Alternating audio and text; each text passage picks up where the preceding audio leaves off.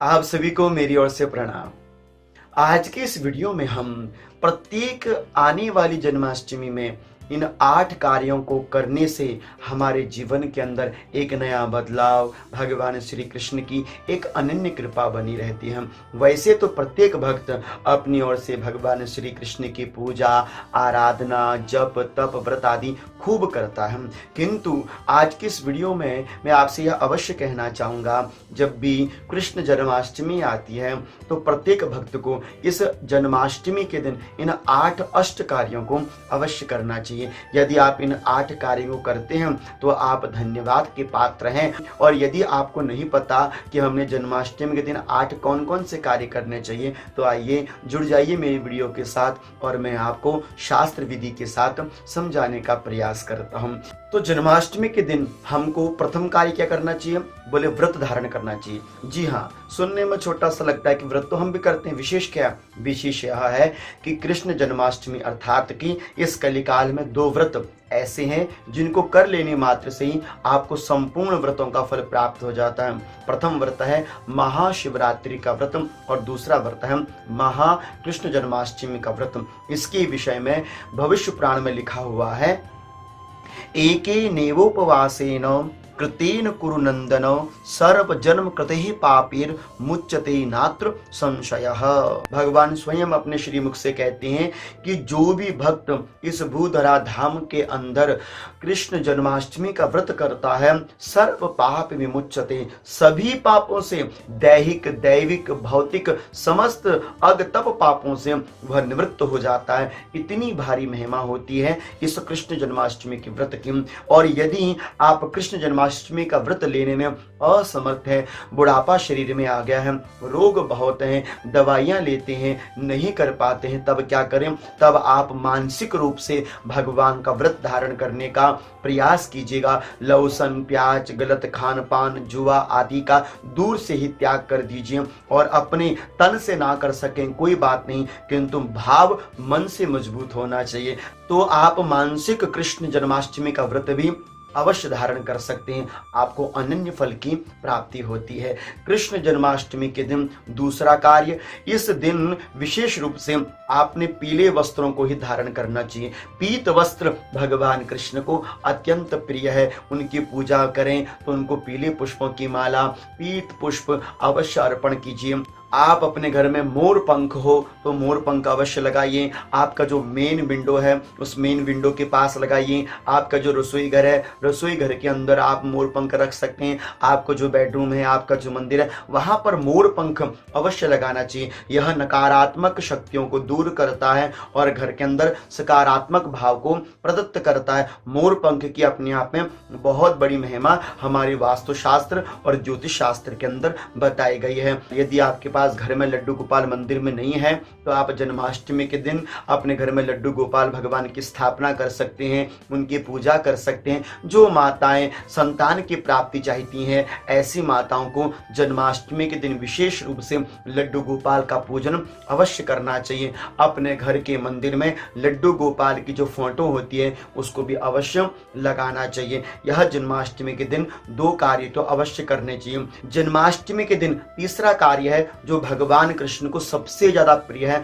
वह है श्रीमद् भागवत महापुराण का पाठ करना। जी हाँ, यदि आप श्रीमद् भागवत महापुराण का पाठ कर सकें, ज्यादा से ज्यादा हो तो दशम स्कंद का पाठ कीजिए। दशम स्कंद में भगवान कृष्ण के जन्म से लेकर भगवान के संपूर्ण लीलाओं का यदि आप पाठ कर सकें, बहुत अच्छा है। यदि आप नहीं कर पाते हैं तो उस दिन अपने कानों से श्रीमद् भागवत महापुराण की जो कथा है उसको श्रवण कीजिए। यदि आप अपने जीवन में बहुत दुखी हैं, परेशान हैं, तो आप इस कृष्ण जन्माष्टमी में गजेंद्र मोक्ष का पाठ अवश्य कीजिए।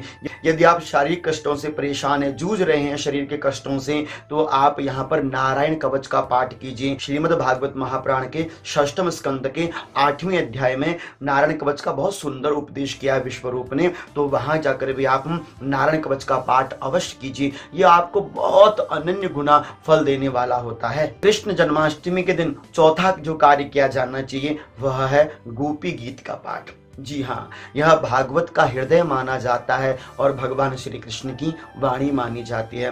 भगवान श्री कृष्ण को यदि कोई गीत प्रिय है तो वह गोपियों का गीत प्रिय है।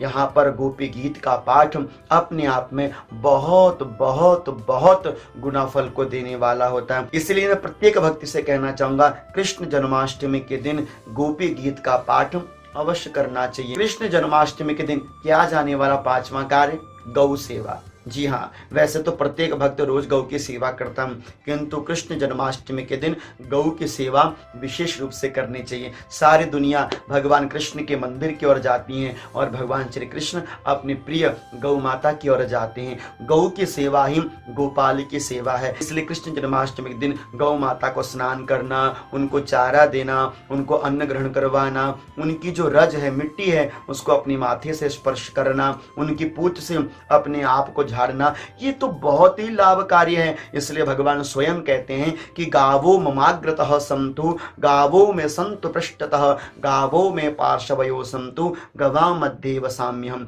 मैं कहीं पर भी रहूं, बस मेरे आस पास ऊपर नीचे सब और गौ माता हो, ऐसा आशीर्वाद हमको भगवान से मांगना चाहिए। गौ की सेवा के साथ साथ संध्या काल के समय गौशाला में दीप का दान करके आना चाहिए। मंदिर में, भगवान कृष्ण के मंदिर में दीप दान करना चाहिए। ये आपको विशेष कार्य तो जन्माष्टमी के दिन अवश्य करना चाहिए। कृष्ण जन्माष्टमी के दिन 6वां कार्य, कृष्णाभिषेक। हाँ जी, यदि आपके घर में लड्डू गोपाल है तो दूध, दही, घी, शहद, शक्कर आदि के द्वारा आप उनका अभिषेक कीजिए। भगवान कृष्ण का सुंदर अभिषेक करके भगवान श्री कृष्ण का सुंदर श्रृंगार करना चाहिए, प्यारा श्रृंगार करना चाहिए। जैसे एक माँ अपने बच्चे को सजाती ना, ऐसे ही आपने लड्डू गोपाल भगवान को सजाना चाहिए, अपने भाव प्रकट करने चाहिए भगवान की भक्ति में। यह कार्य आपने कृष्ण जन्माष्टमी के दिन अवश्य करना चाहिए। यदि आपके पास लड्डू गोपाल नहीं है, ऐसी स्थिति में आप शालिग्राम भगवान की उस दिन विशेष रूप से पूजा अवश्य कीजिए। और जन्माष्टमी के दिन किया जाने वाला 7वां कार्य है गर्भस्तुति। जी हाँ, जब भगवान श्री कृष्ण का रात्रि को ठीक अर्धरात्रि में 12 बजे जन्म हुआ था, उस समय सारे देवी देवताओं ने आकर भगवान की गर्भस्तुति करी थी। इसलिए जब ठीक 12 बजे का समय होने वाला हो, उससे पूर्व गर्भस्तुति अवश्य करनी चाहिए। उस समय भगवान का ध्यान धारणा, भगवान के प्रति स्नेह भाव रखना चाहिए। यदि आप गर्भस्तुति संस्कृत में नहीं कर पाते हैं तो भगवान कृष्ण के मंत्रों का जाप कीजिए। ओम नमो भगवते वासुदेवाय, अथवा हरे कृष्ण कृष्ण कृष्ण हरे हरे, हरे राम राम राम हरे। आप इस प्रकार से भी भगवान श्री कृष्ण का नामोच्चारण करके उनकी गर्भस्तुति कर सकते हैं। ओम देवकी नंदनाय विद्महे वासुदेवाय धीमहि तन्नो कृष्णः प्रचोदयात्। आप भगवान कृष्ण की इस गायत्री का भी जप कर सकते हैं, किंतु भगवान कृष्ण के जन्म से पूर्व गर्भस्तुति अवश्य करनी चाहिए। 8वां और विशेष कार्य जो प्रत्येक भक्त करते हैं वह क्या है? ठीक जब 12 बजे का समय हो, अपने घर में शंख ध्वनि कीजिए। आप यदि घर में कृष्ण जन्माष्टमी का उत्सव मना रहे हैं तो अपने घर में शंख ध्वनि ठीक 12 बजे अवश्य करनी है। और साथ ही साथ पुष्प वृष्टि, पुष्पों की वर्षा लड्डू गोपाल जी के ऊपर करनी है। भगवान श्री कृष्ण को मिश्री का, माखन का भोग तो अवश्य अर्पण करना है। पीत पुष्प, पीले पुष्प, पीत वस्त्र, पीतांबरी, मुरली, मोरपंख भगवान को अवश्य अर्पण करनी है। आपने अपने रसोई घर में जो भी भगवान के लिए प्रसाद की व्यवस्था करी है, भगवान को अवश्य भोग अर्पण करना है। मैं आशा करता हूं कि मेरी इस छोटी सी वीडियो में आपको अच्छी जानकारी प्राप्त हुई होगी। यदि आपको यह वीडियो अच्छी लगी तो इस वीडियो को लाइक, चैनल को सब्सक्राइब और वीडियो को शेयर करना नहीं भूलेंगे। आप सभी मेरे से जुड़ना चाहते हैं तो आप मुझे इंस्टाग्राम पर भी फॉलो कर सकते हैं। तब तक आप सभी भक्तों को मेरी ओर से अनंत अनंत कोटि वंदन, प्रणाम। हरे कृष्ण कृष्ण कृष्ण हरे हरे, हरे राम राम राम हरे हरे।